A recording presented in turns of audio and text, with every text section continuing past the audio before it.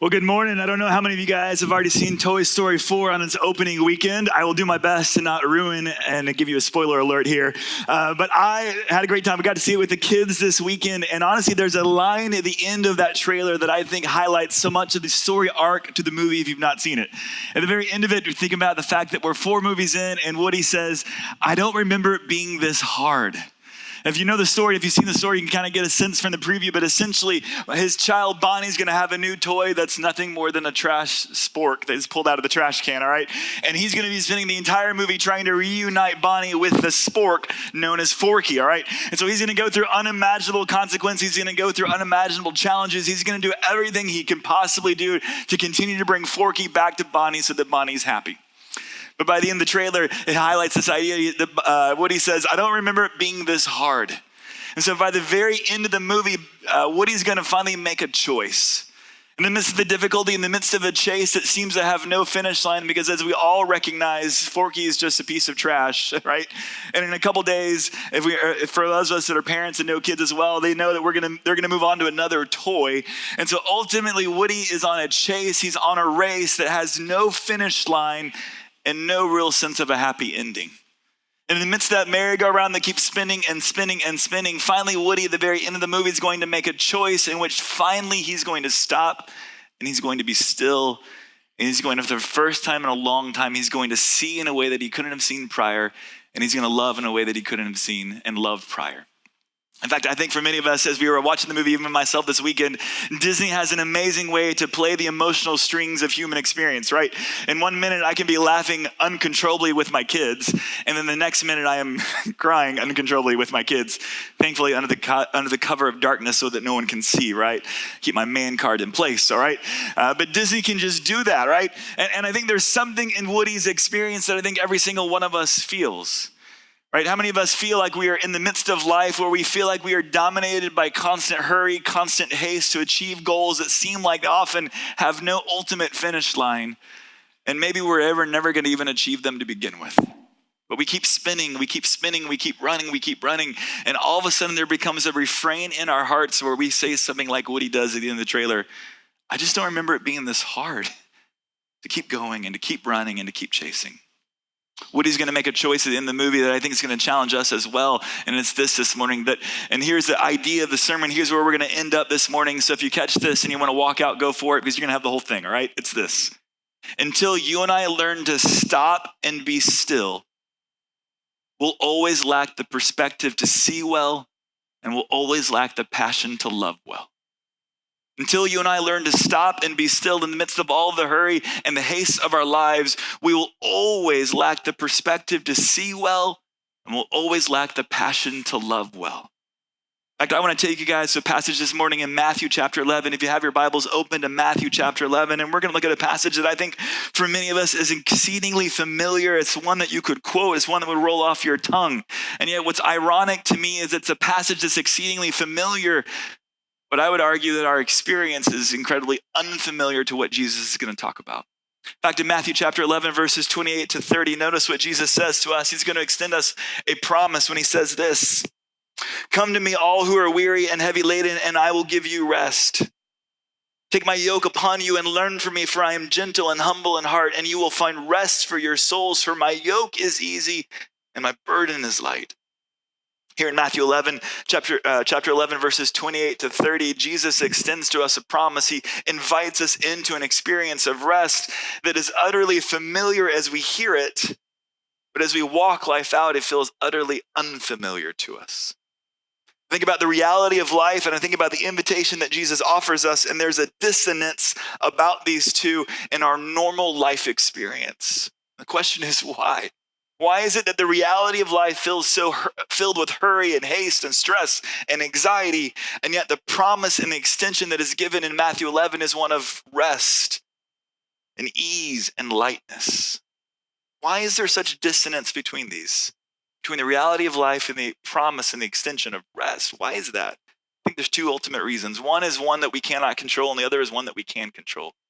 For some of us, we may find ourselves right now in a valley circumstantially that we cannot control, that for anyone to describe this as not hard and not heavy is just completely missed the point. Even this week, there have been stories, even in our own community, of families that are facing unimaginable tragedies, that to say that their next few months, next few years won't be hard and heavy is to completely miss the reality of circumstances. For some of you, you just lost a loved one. For some of us, health is failing, whether that's mental or physical, and it's hard and it's heavy right now.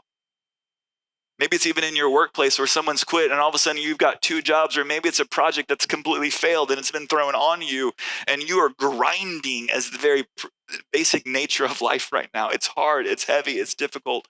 And for someone to say that it's not, is just to completely miss the reality of life right now in this season for some of us. And so if that's you this morning, if you find yourself in a valley circumstantially that is just unimaginably difficult and heavy, then my prayer and my hope this morning as we talk about rest is that you don't feel at all a sense of guilt, feeling like I'm having a hard time finding that kind of experience where I'm living. But I think for most of us, in the midst of what is normal challenges of life and normal pace and phases of life, there's still something that we can control that I think is what creates the dissonance with what Jesus is promising and with what we're experiencing. I think we have a problem experiencing rest because we don't know what rest looks like. We don't know how to even pursue rest. And we've got a series of major obstacles to us that don't even allow us to pursue and experience and step towards rest. So what I want to do with our time this morning as we jump off from Matthew chapter 11 is just simply ask the question, why is it we so struggle with rest? Finding rest, experiencing rest. Do we even understand what it looks like? And how do we build it into our lives? And how do we begin to recalibrate and reshape our own rhythms of work and rest? Because maybe we're a lot like Woody, just saying, man, this just feels a lot harder than it used to. Really for us, as we begin to think about what rest is, before I think we can look at what rest is, I think the first thing we've got to do is wrestle with the fact that we struggle to rest, that there are a series of obstacles that prevent us from resting. And this morning, as we kind of jump off from Matthew 11, I'm going to highlight a book that I think for me was probably one of the most impactful on this idea of rest. If you want a summer read, I would highly encourage you to pick up Mark Buchanan's The Rest of God, Restoring Soul by Restoring Sabbath. That he's going to hit some themes that I'm going to try to unpack in our morning and our time together that I think are phenomenal, and to our culture and to many of us is going to come right in the midst of our heart, and it's going to tweak it and it's going to challenge it, and it's going to help us to understand what rest looks like. It's going to help address the obstacles to our rest. It's going to help us begin to think about how we actually do it as well. Few topics, few books that I think hit it as well. And so if you want a summer read, it's a great one. I'm going to try to give you a lot of the ideas from it this morning. I'm going to quote from it a lot this morning. But I think ultimately as we think about rest, why don't we rest? I think we have a distorted view of rest. Mark Buchanan puts it this way. He says this, that in a culture where busyness is a fetish and stillness is laziness, we think of rest as sloth. That we have a view as we think about rest in which is something like laziness or something like the sin of sloth, that we have a really hard time feeling good about rest or feeling okay about pursuing it. I love this passage in Mark chapter 2 as we find out and hear about Sabbath when we find this from the Gospel of Mark. The Sabbath was made for man and not man for the Sabbath. So the Son of Man is Lord even of the Sabbath. The idea I want you to grab from Mark chapter 2 here, this real quick passage about rest is this, that Sabbath was given as a gift from God to us. That it was given as a gift. And so we have this view of rest that often feels anxious or guilty about experiencing it. And yet we were designed to need rest. That we were designed to have a rhythm of work and rest that we often don't maintain because we have such a distorted view that we see rest as something that is akin to laziness or sloth. Even put this way, I like this. It's not just that we have a distorted view, but I think we have a distorted value of rest. That for many of us, I think, honestly, as we think about rest, we think about busyness as if it's a badge that we want to wear on ourselves to show that we have value and that we have worth. We frankly want to outcompete one another as to how busy we are, as if it makes us more important. You have no idea how many emails I got today. You have no idea that I have not 5 minutes in my schedule to even have a spontaneous meeting, as if that makes us more important and more valuable. And so we loft busyness up as if it's a badge of our worth, of our value to everyone else in life. So all of a sudden we see this idea of rest as a gift, that we feel this competing value, that busyness makes us valuable. And so we have this tension in our lives. And the issue is this, that when we don't rest, when we pursue busyness at all costs, as if it's a badge and as if it's a marker of our value, there are unimaginable consequences that we ultimately face. The first is this, that ultimately when we are unable to stop and be still, we actually lose time. For many of us, we feel pretty prideful that we can manage time with the best of them, but there is something for some of us in the midst of the way that we manage time, always trying to maximize time, that we actually end up losing it. I love this quote from Buchanan. He says this, that all that hurry has gotten me no farther ahead. It's actually set me back. It's diminished me. My efforts to gain time have only lost it. Uses the analogy as well that sometimes we manage time and we hold it so tightly that it's like a delicate flower in our hand that we've managed so tightly that we've just crushed it. That for some of us, in our own unwillingness to rest and to stop and to slow down and be still, we think that we're managing and maximizing time, but it's actually diminishing us personally, and it's actually costing us time. It's not just time, but it's also, I think, most significantly, it costs us passion. I love this quote.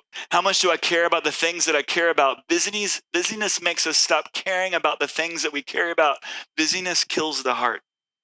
My wife and I got to spend a couple years in China on the backside of seminary learning Chinese. And one of the most fascinating things to me about the Chinese language is that often the written language is a series of pictographs or drawings of different characters. And the Chinese character for busyness is really a combo of two different characters. One is the character for heart, and the other is the character for killing. So that in the Chinese language, they have an understanding that what busyness is at its very essence is a killing of the heart, a killing of the passions. That what drives us, what we care most about, when we begin to spin out in constant hurry, in constant haste, constant stress and anxiety, the things that we care most deeply about begin to become gutted in our hearts, and we no longer care about them the same way. That in the midst of our inability to stop and to slow down, our very hearts are gutted out from the inside, and we no longer care as deeply about the things that matter most to us. It just guts us from the inside. I love the story of a chair upholsterer whose business was mainly from replacing the seat cushions in cardiologist's office. So patients would come in, they would sit in these seats, and they would wear the front edge of the seat out. And so the quote is this, that apparently heart patients are so impatient that even while listening to their doctor's life-threatening diagnosis or life-saving prescription, they sit taut and restless, poised to flee, chafing at the delay. At the edge of their seats, the very reason their hearts are so sick is written in that threadbare upholstery. Can you imagine? In a cardiologist's office, the patients are so having such significant heart issues that they cannot even sit still in the chair itself. And so it's just rubbing the upholstery raw week after week, patient after patient. That it puts us in such a spin cycle that our hearts are just frantic and we cannot see and we can't even love well anymore. For a lot of our women, were on a women's retreat this past spring in which the speaker talked about the fact that busyness or hurry kills love. That it guts our ability to care deeply for people. It guts our ability to love the things that we love most. Not to mention the things that we struggle to love at all, right? That busyness puts us in a spin cycle. It puts us on a merry-go-round that we lose perspective to see well and we lose passion to love well. But it's not just a personal consequence that we bear, it's also a spiritual one as well. I love this quote. We lose perspective. The worst hallucination busyness conjures is the conviction that I am God. All depends on me. How will the right things happen at the right time if I'm not pushing, if I'm not pulling, if I'm not watching, and if I'm not wrestling? Simply put, I want to ask you, as you think about your own self, why can't you stop and be still? For you personally, why is it so hard to stop? Why is there such momentum toward activity? Why is there such momentum from our anxiety that moves and pushes, no matter the fact that the work is never done, it's never over, it keeps coming back? Why do we struggle to stop? Why do we struggle to be still and to listen? What is it for you? I think for me, that last quote really hits me. If I'm not watching, if I'm not pushing, then how is something going to get done? As if the fact that when I go to sleep, as if God's not still working, as if when I take a break and I take a rest, as if God's not still working and moving the very things that he wants done. My inability to stop is frankly an assault on the sovereignty of God. Your sense of indispensability is a direct assault on the sovereignty of God. Say that again. Your personal sense of self-indispensability is a direct assault on the sovereignty of God. But we can stop and we can be still because God will continue to push his kingdom forward, and he doesn't need us going all the time, nonstop. We have the freedom, we have the space, we have the ability to stop because he is God, not us. And he can continue that which he desires, even when we choose to stop, and we choose to be still, and we choose to get off the merry-go-round. Second, this, for you as you think about your life, what cost are you paying in your own hurry and in your own haste? When you can't stop, when you can't be still, if you were to look back at the spring semester, if you look back so far at summer, where is it you're honestly paying a toll and a consequence? Is it mental health? Is it your physical health? Is it relationally? The very people that you hold most dear in your life that they're just not even seeing you. Or maybe you're there, but your heart's not there, your mind's not there, you're not loving what you love most. Because hurry and haste has you on a spin cycle where you can't see anymore and you can't love anymore. Our inability to stop and be still is deadly to our lives and our hearts and our time and our relationships. We've got to learn to stop and be still. If we were to stop and be still, then what does it actually mean to rest? I think a lot of us have a sense of what rest is, but I think we really miss it. I think we're really confused of what rest really looks like and what it really is. I want you to flip, keep your finger here in Matthew, but I want you to flip back to Exodus chapter 20. Exodus chapter 20, verse 8. Where we get the command to Sabbath.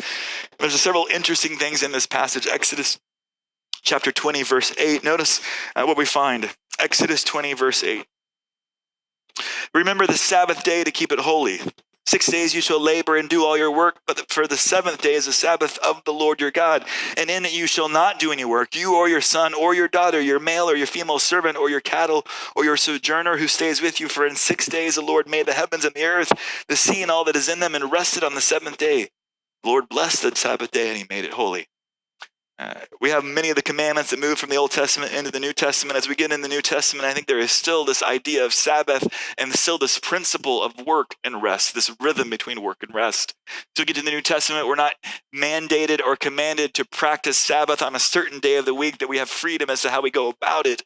But I think we don't necessarily have freedom as if we are immune to the necessity to find this rhythm between work and rest. It still exists for us in the New Testament as the people of God in the church age. And so as we think about rest, the question is, what is it? So think about Exodus chapter 20. What we see is that God created over 6 days, and then he took a Sabbath day, a day that was set apart in which the work ceased, and he enjoyed and he looked out and he considered what the work of his hands were. And ultimately, as we're called into Sabbath, as we're called in to model and imitate this same balance of work and rest, ultimately what we're doing is we're imitating the very character and the very nature and the very work of God. But what Sabbath is a modeling and an imitating of what God himself did and what he's called us to follow suit in and practice as well. It's a day in which we're meant to be set apart from the normal responsibilities and the normal things that would take up our lives and our attention. In fact, though, I think for many of us, as we think about rest, as we practice rest, as we pursue rest, I think it's a kind of engagement and it's a kind of disengagement. What Sabbath is meant to be is a disengagement from certain things and a renewed engagement in other things. But typically what we engage in and what we disengage in, or what we're supposed to be doing, we've flip-flopped. But often why we don't know how to rest is that we don't know what rest looks like. We don't experience rest is because we've engaged in the wrong things and we've disengaged in the wrong things. Particularly, I want to highlight for you, I think, what is the difference between rest? It's not the same as leisure and amusement. I love this quote in which Buchanan says, one of the largest obstacles to true Sabbath keeping is leisure. Leisure is what Sabbath becomes when we no longer know how to sanctify time. Leisure is Sabbath bereft of the sacred. It is vacation, literally a vacating, an evacuation. Leisure has become despotic in our age, enslaving us and exhausting us, demanding more from us than it gives. How many times have you tried to rest and you've tried to disengage, and what you ended up doing didn't bring rest and renewal at all? The game of golf is that way for me, all right? There's nothing that creates more stress for me and more frustration and anger in my life than trying to rest by playing the game of golf, all right? I might have taken a club my freshman year in college and swung at my bag in frustration, shattered clubs, launched my bag about 10, 15 yards in the air.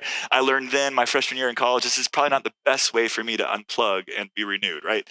But for some of us, how much of it is for us, we go to Netflix, right? Which is, here's a fun meme.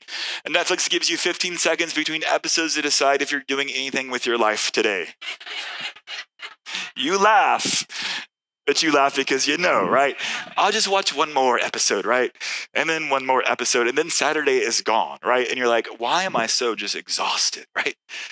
When Marcy and I lived in Dallas some years ago in seminary, this is kind of an older show, but I don't know if any of you guys love the show 24. Well, we had some neighbors that would watch the TV show 24, but they would literally watch it in real time, meaning this. We'd see them one night, and they would start an episode, and then they would watch episode after episode back to back to back over 24 hours. And so we'd see them the next evening, and they've watched the whole season, eyes bloodshot, stressed out of their mind. They haven't like washed or bathed, right? They haven't seen a sole person other than themselves, and they're just stressed out of their mind, thinking the world's about to be over, okay? That is a kind of rest that's frankly demanding more and exhausting them more than it was refreshing and renewing, and yet all of us do that all the time, right? I love this quote as well, thinking about modern entertainment and amusement. People will come to love their oppression, to adore their technologies that undo their capacities to think. The truth would be drowned in a sea of irrelevance, and as we would become a trivial culture, having failed to take into account man's almost infinite appetite for distractions and pleasures. It's interesting, this book and this quote comes from a book in the 80s that was written at a time in which the TV was coming into the center point of the living room for American culture. And it was highlighting what was probably going to happen long before Netflix, long before Hulu, long before all the amazing amount of choices on demand for us today to wash out our minds and to pull away. It's interesting, the word amuse or muse literally means to think or ponder. So to amuse is literally to not think and not ponder, right? Much of amusement and much of entertainment is an ability for us to shut off our minds and to not have to think and to not have to engage, but to disengage entirely. And I say that not at all to hit you as if you shouldn't be watching something this afternoon, so I probably will as well, right? But there's a rhythm and a balance and a calibration of how much we kind of rest, let ourselves disengage, but also try to find a balance in which we also engage.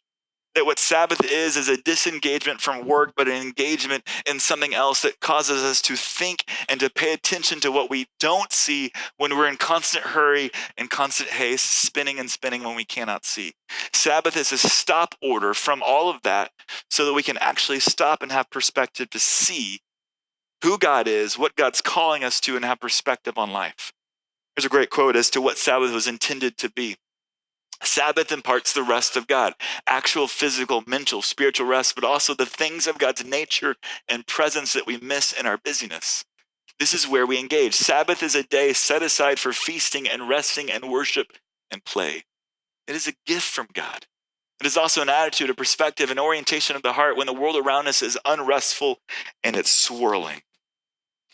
The Sabbath is a kind of engagement, seeing who God is and the ability to stop in him, not away from him, to be reminded as to who he is, reminded of how he's created the world, to remind us of who we are as well.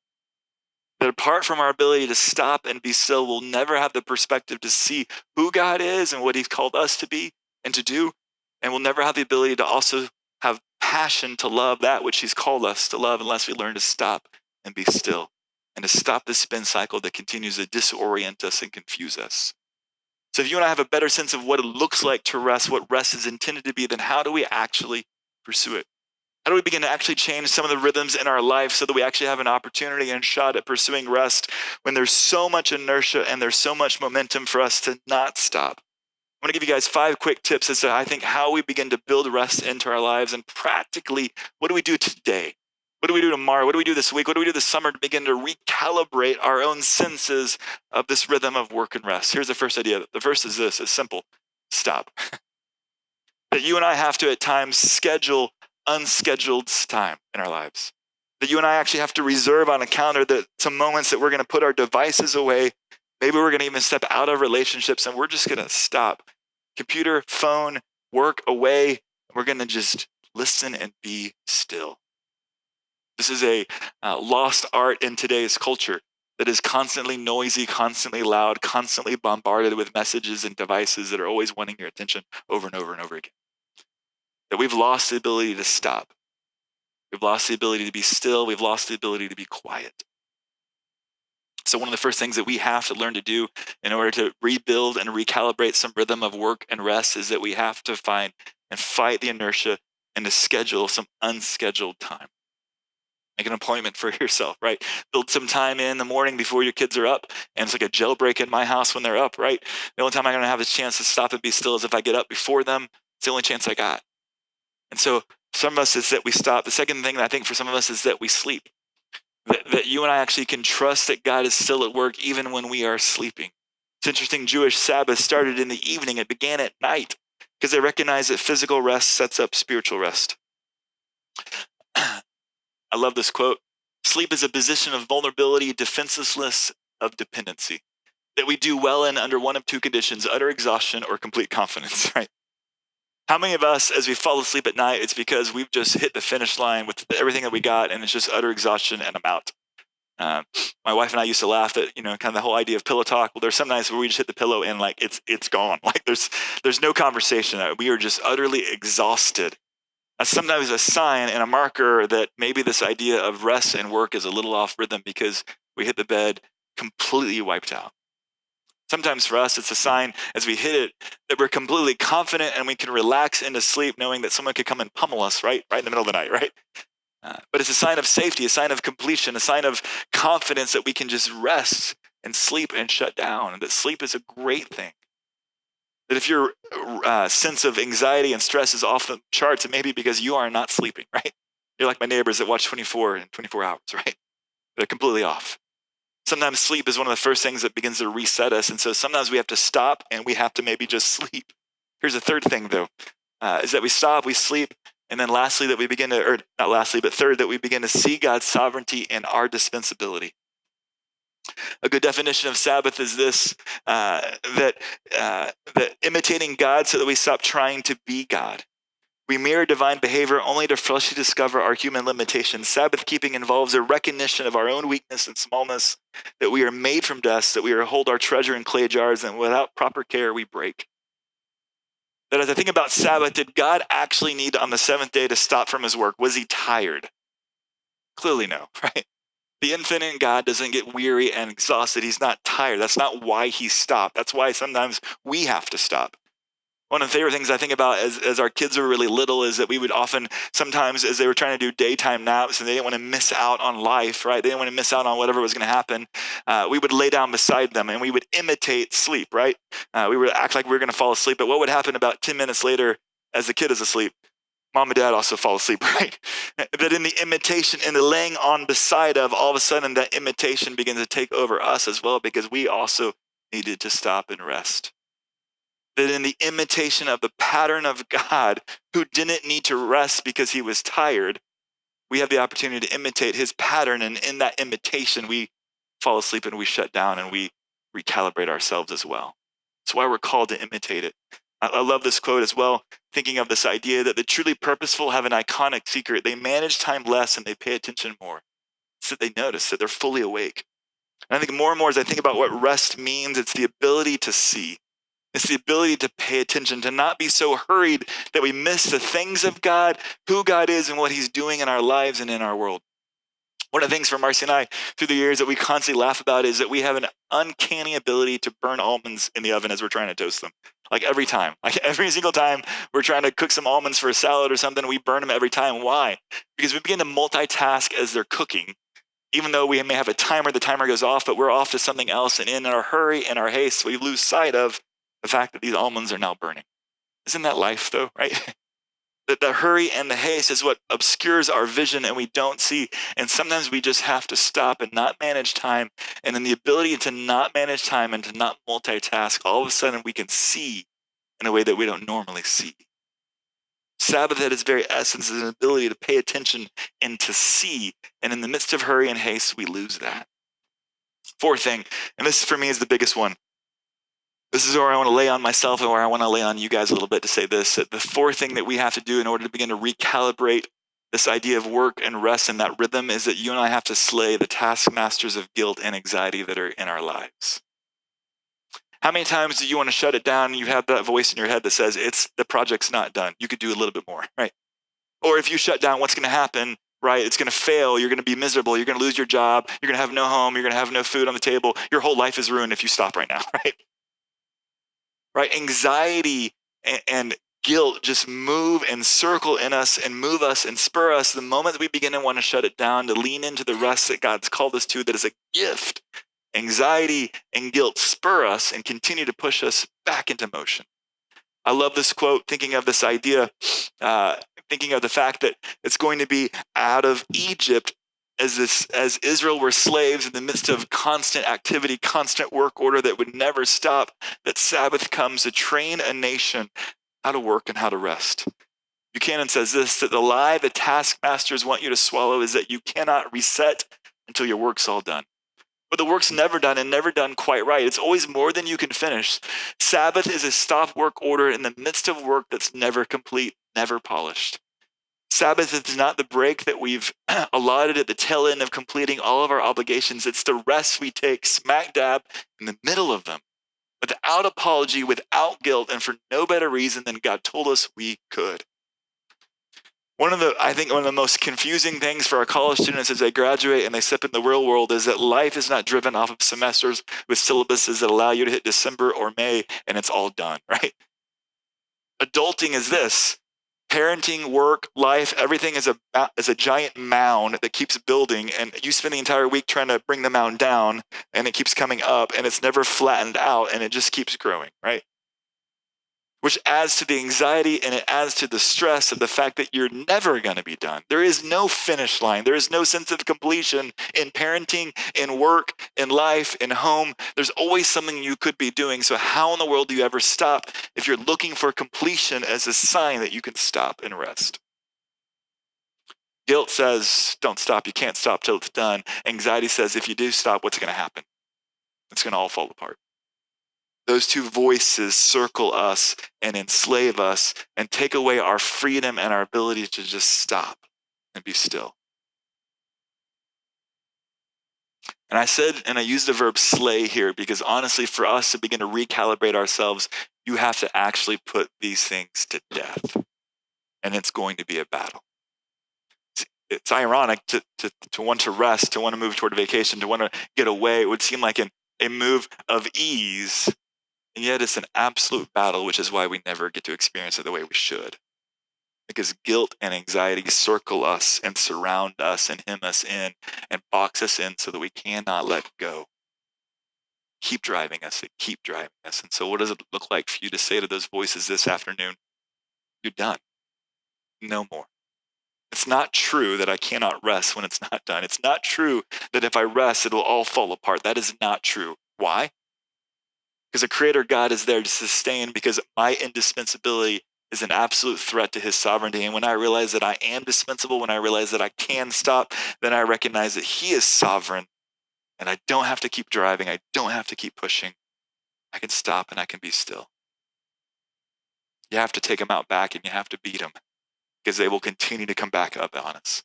Fifth thing, last thing, be strengthened, play, laugh, love, and sing. That Sabbath and rest is a gift of God. That God created over 6 days, he worked, and in the seventh day, he looked out on what he made, and he said it was good. And I think Sabbath for us is not meant to be an eternal day-long church service, although that's a place that we come and we pay attention to the truths of God. But even more so, it's meant to be a day in which we can get away and we can enjoy the work of our hands. We can enjoy the work of the Creator God and the creation itself.